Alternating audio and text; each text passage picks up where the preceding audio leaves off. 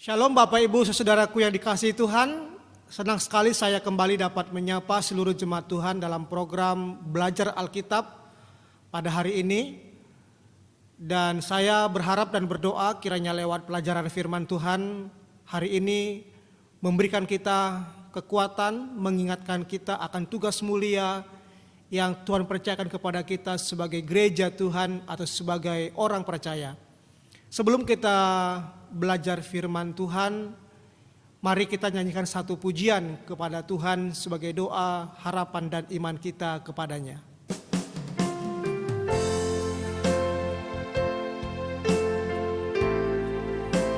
Mari kita nyanyikan pujian ini sebagai janji kita kepada Tuhan. Kau telah memilihku.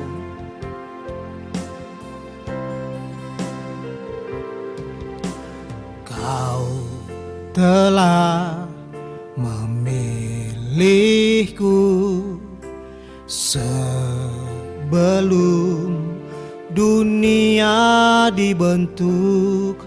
Betapa aku bersyukur padamu, ya Tuhan Allahku.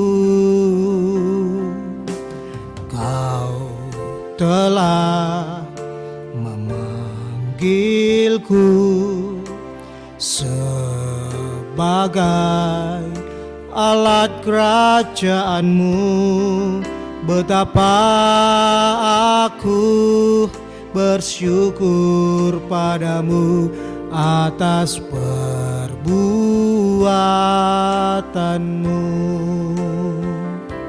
Jadikan aku bait sucimu yang kudus dan yang tiada bercela. Jadikan aku mezbah doamu bagi keselamatan bangsaku. Jadikan aku bait sucimu yang kudus dan yang tiada bercela. Jadikan aku mezbah doamu bagi keselamatan bangsaku, bagi keselamatan kotaku, bagi keselamatan keluargaku. Puji Tuhan. Bapak Ibu saudaraku, mari bersama-sama kita membuka Alkitab kita dari Kisah Para Rasul pasalnya yang kedua, ayat 37 dan sampai ayatnya yang ke-40. Kisah Para Rasul pasal 2 ayat 37 sampai ayatnya yang ke-40. Demikianlah kebenaran firman Tuhan. Ketika mereka mendengar hal itu, hati mereka sangat terharu. Lalu mereka bertanya kepada Petrus dan rasul-rasul yang lain, "Apa yang harus kami perbuat, saudara-saudara?" Jawab Petrus kepada mereka, "Bertobatlah dan hendaklah kamu masing-masing memberi dirimu dibaptis dalam nama Yesus Kristus untuk pengampunan dosamu. Maka kamu akan menerima karunia Roh Kudus. Sebab bagi kamulah janji itu dan bagi anak-anakmu dan bagi orang yang masih jauh, yaitu sebanyak yang akan dipanggil oleh Tuhan Allah kita." Dan dengan banyak perkataan lain lagi, ia memberi suatu kesaksian yang sungguh-sungguh dan ia mengecam dan menasihati mereka, katanya, "Berilah dirimu diselamatkan dari angkatan yang jahat ini." Bapak Ibu saudara yang dikasihi Tuhan, pada kesempatan ini saya mau berbicara tentang gereja yang bertumbuh, gereja yang bertambah, dan gereja yang berdampak.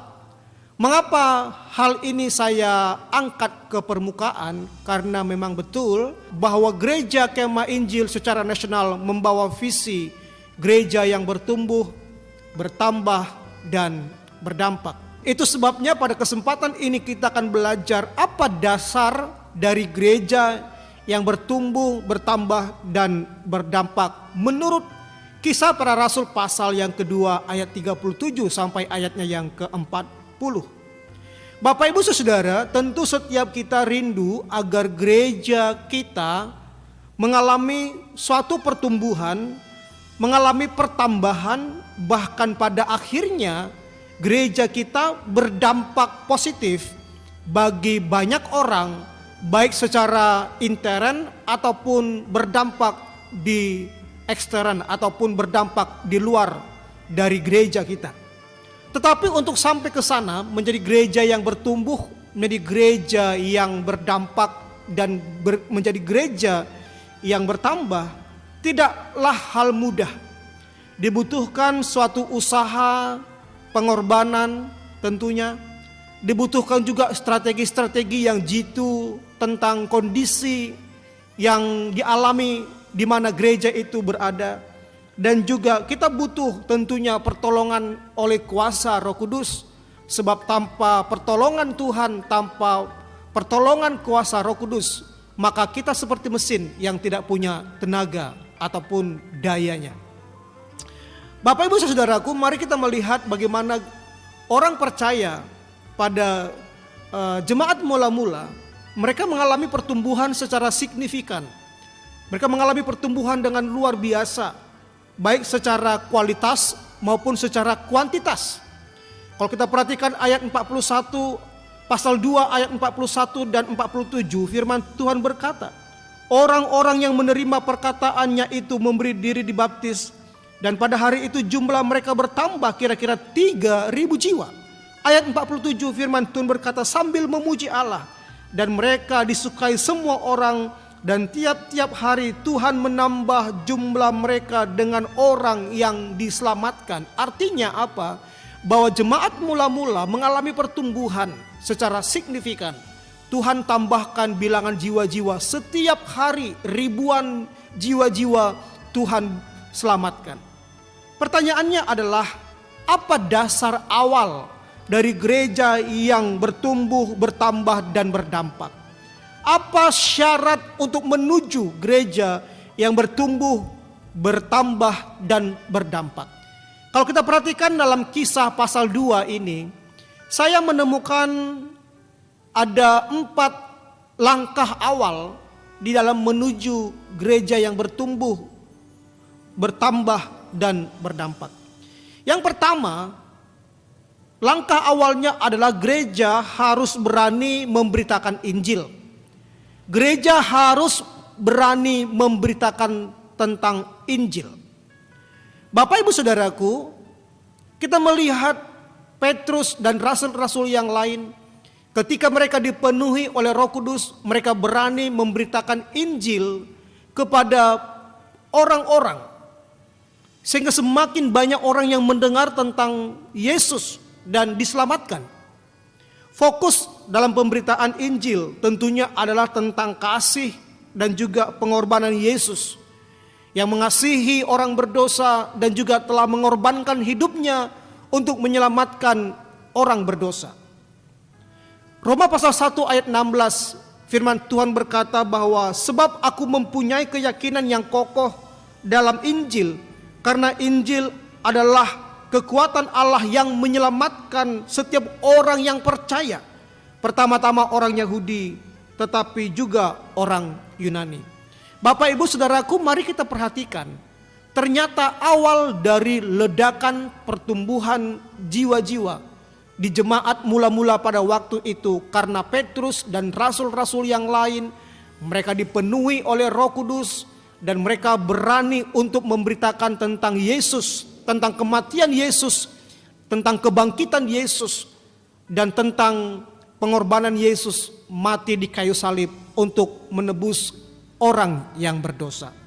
Itu sebabnya agar gereja mengalami bertumbuh, bertambah, dan berdampak, mari semua jemaat orang percaya kita pergi untuk memberitakan Injil, memberitakan tentang kasih Tuhan kepada orang lain, kepada keluarga kita, kepada sahabat kita, kepada karyawan kita, kepada mitra bisnis kita, kepada komunitas kita yang belum percaya pada Yesus. Mari kita ceritakan tentang kebaikan Tuhan yang dinyatakan Tuhan bagi kita, kita ceritakan kepada mereka.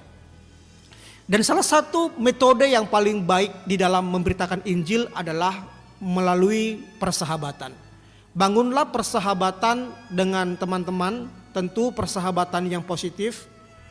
Lalu beritakanlah tentang Injil lewat teladan hidup, lewat perbuatan kita. Bahkan kita ceritakan tentang kasih Tuhan, pengorbanan Yesus bagi mereka.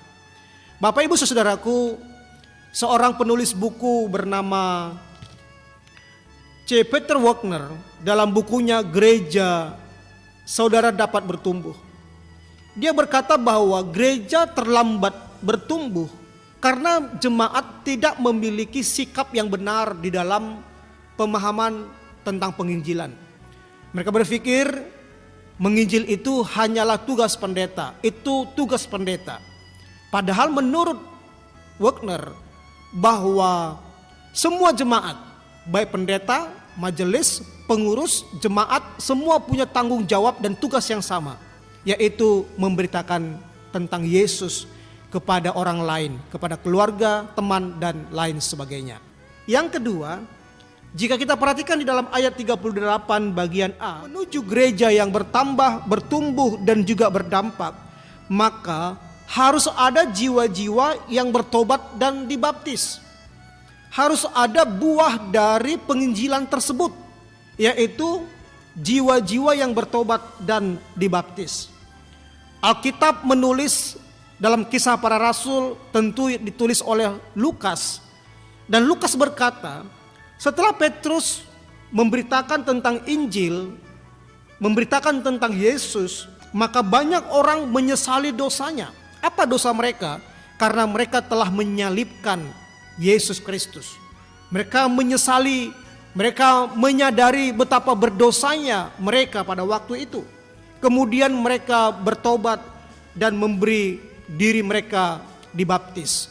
Kata baptis di sini berasal dari bahasa Yunani, yaitu dari kata dasar baptizo, yaitu dicelupkan atau mencelupkan ke dalam air, bukan rentiso.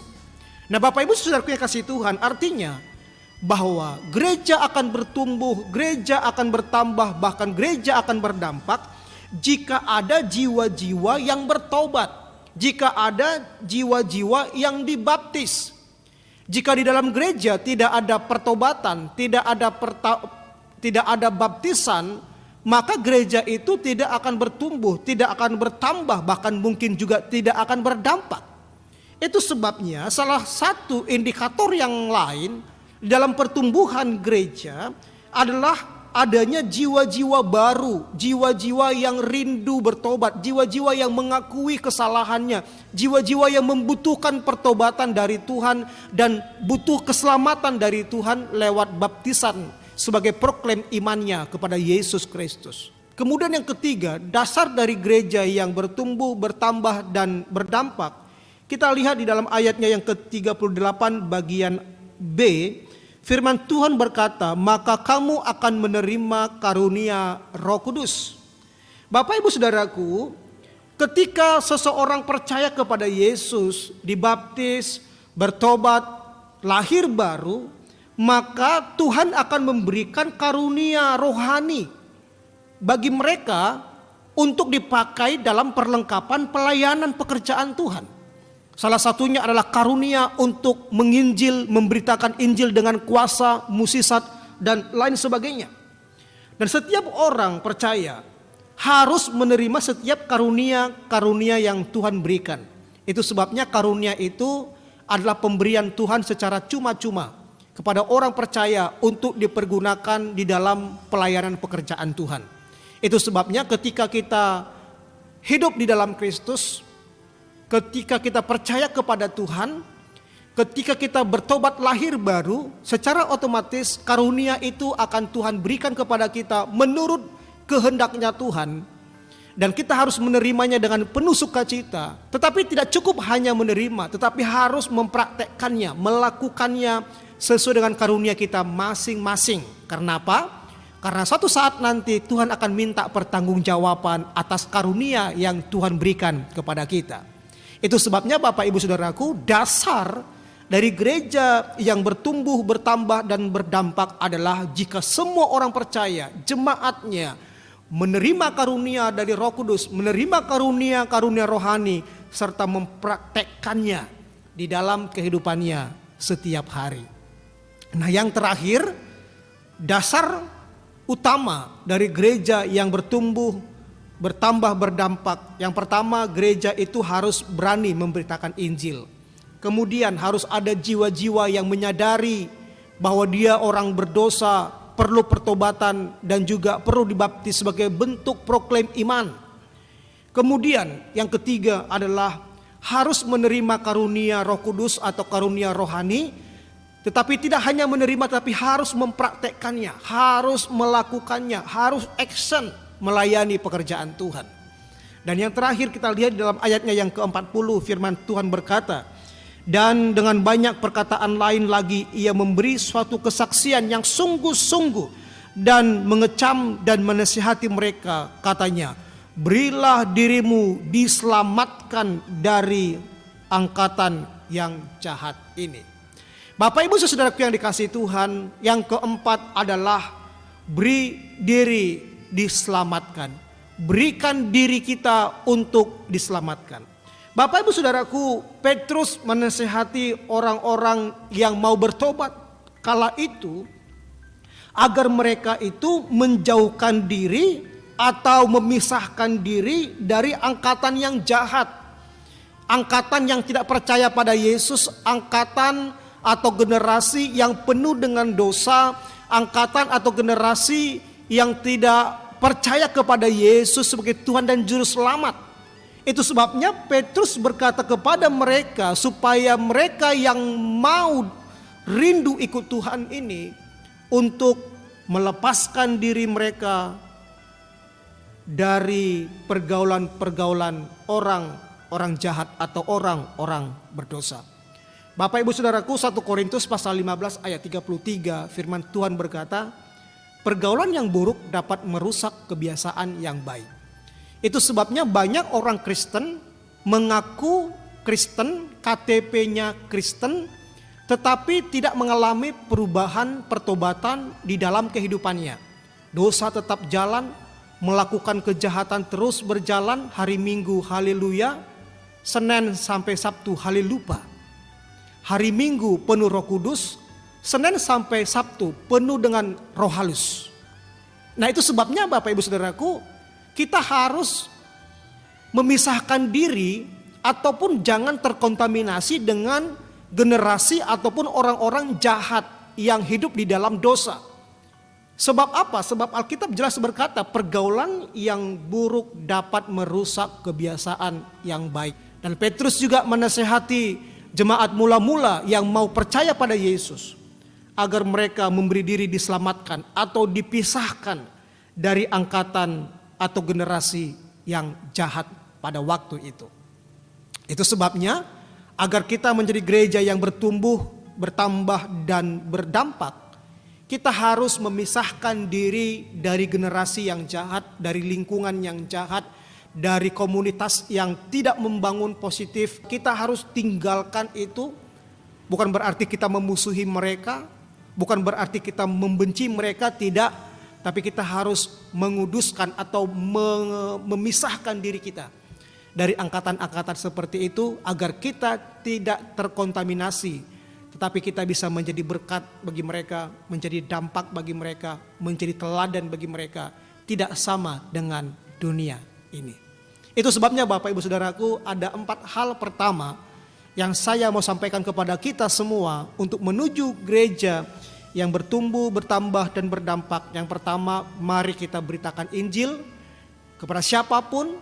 Kedua, mari kita bawa jiwa-jiwa untuk bertobat dan dibaptis.